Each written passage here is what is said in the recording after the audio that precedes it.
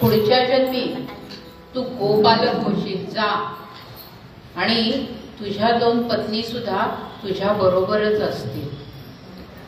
खूप चिडले होते आणि इतके कडाडून शाप देऊन गेले. कोण होते हे आणि कुणाला शाप दिला, कशासाठी? ऐका.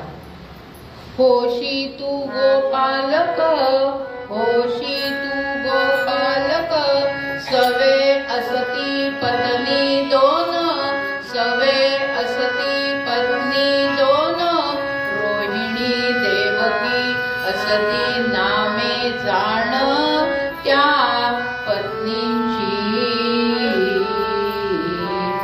पुढल्या जन्मी तू गोपालक होशील आणि तुझ्या ज्या पत्नी आहेत ना ह्या जन्मीच्या दिती आणि आदिती, त्या पुढल्या जन्मी तुझ्या बरोबरच असतील. आणि त्याच्यामध्ये एकीचं नाव रोहिणी असेल आणि एकीचं नाव. ती गाय कुणाकडे होती? ती वरुणाकडे होती. कश्यप म्हणाले की आपण जाऊन मागून आणू, नाही का? आपल्यालाही काही नसलं आपल्याकडे की आपण तात्पुरतं घेऊन येतो शेजारच्यांकडनं 2 पाट आण, 1 पळी भांडण, नाही का? तसं गेले आणि वरुणाला सांगितलं की तुझी गाय हवी आहे मला. असा असा आम्ही यज्ञ करतोय. कश्यप आणि आदिती दोघही जण गेले. असा असा आम्ही यज्ञ करतोय, त्या यज्ञासाठी आवश्यक असणारी जी गाय आहे ना ती गाय तुझ्याकडे आहे.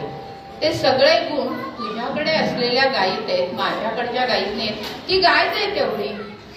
वरुण म्हणले की ठीक आहे, काय यज्ञापुरतं नेतील, यज्ञ झाला की. यज्ञ केला पण ती गाय काही परत द्यायला तयार नाही. ती गाय आपल्याकडेच ठेवली. त्या गायीचं छोटं वासरू होतं. ते हमरून हमरून संध्याकाळी फार रडकुंडी आलं आणि शेवटी तसंच झोपलं. वरुणाला खूप वाईट वाटलं. दुसऱ्या दिवशी तसंच वरुणाला वाटलं की रात्री नाही दिलं आणून, रात्रीचं नको, सकाळी देतील.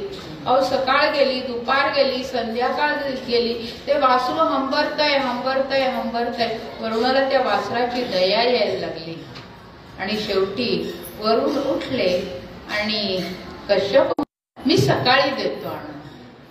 वरुण म्हणले बरं. गेले परत. सकाळी वाट बघितली, कश्यप मुनी आपल्या आपल्या कामाला निघून गेले. गाय द्यायचं नावच नाही. 8 दिवस झाले होते. वासरू तिकडे गरीब बिचारा छोटस आहे, हंबरतय हंबरतय. काय करणार? शेवटी आले वरुण आणि कश्यपांशी जरा रागातच बोलले. तू धेनू, इतके चिडले होते ना, इतके चिडले होते आणि विचारते तू असं का वागतोयस? खरं तर तुझ्याकडनं हे अपेक्षित नव्हतंच. तू असा नाहीयेस मुळात, मग तू असा का वागतोयस? ते वासरू बिचार 8 दिवस झाले तिकडे आई विना आहे, हमरून हमरून बिचार थकून जात रे. तू देत का नाहीस ती गाय? आणि असं म्हणून घेऊन गेले आणि नुसतं घेऊन गेले नाही तर शाप दिला. काय शाप दिला? यदुकुळात जन्म घेऊनी, यदुकुळात जन्म घेऊनी, गोपालक नाम धारण करुनी, राहसिया पृथ्वीवरी पूर्ण 1 जन्म. तू यदुकुळात जन्म घेशील आणि काय करशील तर गायींचं रक्षण करशील. आणि किती काळ राहशील? पूर्ण 1 जन्म. आणि तुझ्या बरोबर तुझी पत्नी पण असेल, ती पण तुझ्याच बरोबर असेल, ती पण तुझ्यासारखं वर्तन करेल. कारण येताना दोघही आले होते ना. आणि गाय घेऊन गेले आणि जाताना ते नुसते घरी गेले नाहीत. यांना शाप दिला आणि घरी गेले असं नाही झालं. जाता जाता त्यांनी विधी म्हणजे ब्रह्मदेवाला सांगितलं. ब्रह्मदेवाला का सांगितलं तर ब्रह्मदेवाचे कश्यप हे नातू आहेत. ब्रह्मदेवांचे मानसपुत्र मरीची, काल आपलं बोलणं झालं, काल किंवा परवा बोलणं झालं याच्यावरती की ब्रह्मदेवांचे मानसपुत्र मरीची यांचा मुलगा हा कश्यप. आणि ब्रह्मदेवांचे मानसपुत्र दक्ष यांच्या मुली दिती आणि आदिती या कश्यपांच्या पत्नी, त्यातली ही आदिती त्यांच्या बरोबर आली होती. त्यामुळे ब्रह्मदेवाला सांगितलं की कश्यपांनी माझी गाय नेली यज्ञासाठी म्हणून आणि परत तुम्ही आता गाय आणि वासराची ताटातूट केली 8 दिवस, म्हणून तुम्हाला मी शाप देतो की तुमची आणि तुमच्या मुलाची सुद्धा अशीच ताटातूट होईल. आणि ती म्हणजे देवकी आदिती, या जन्मामधली म्हणजे द्वापार युगातली देवकी आणि वसुदेव आणि रोहिणी आदिती असे हे. आणि म्हणून आपल्याला नेहमी प्रश्न पडतो की भगवान गोपाल कृष्ण देव असून सुद्धा त्यांच्यावरती अशी वेळ का आली.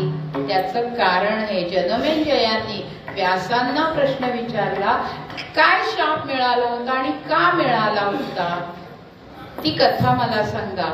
आणि ती कथा व्यास महर्षी जनमेजयाला सांगतायत की ह्या कारणाने त्यांना शाप मिळाला होता. म्हणून ब्रह्मदेवांनी कश्यपांना बोलावून घेतलं आणि कश्यपांना तू असं का केलास म्हणून असा जाब विचारला आणि आपल्याच नातवाला त्यांनी शाप दिला की तू पुढच्या जन्मामध्ये गोपालक होशील. म्हणजे जो शाप वरुणाने दिला तोच शाप परत ब्रह्मदेवांनी पण दिला, विधीनी पण दिला. याच्या मागे बहुतेक नियतीचा असं योजना असेल, या भगवतीची अशी योजना असेल की पुढे काही दिवसांनी पृथ्वीवर अधर्म माजणारे, तेव्हा अधर्म माजल्यानंतर जो भगवंताचा अवतार होणार आहे तो अवतार ह्या ठिकाणी व्हावा अशी योजना. आपण ठरवतो त्या आपल्या ठरवण्याला काही अर्थ नसतो. नियती जे ठरवते ना तेच अंतिम सत्य असतं.